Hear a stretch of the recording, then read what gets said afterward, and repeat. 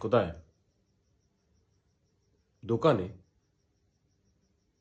কখন বেরিয়েছিস? বলে বেরিসনি কেন? হ্যাঁ, বলতে হবে তোর। তো আগের বার যখন ঝগড়াটা হলো তখন তো বললাম যে বলে বেরোবি সবসময়। কতক্ষণ হলো বেরিয়েছিস? 10 মিনিট। আচ্ছা, কিন্তু তোর দোকান থেকে তোর বাড়ি তো মাত্র 5 মিনিট। মিথ্যা কথা বলছিস না তো? কি কিনতে গেছিস দোকানে? চিনি?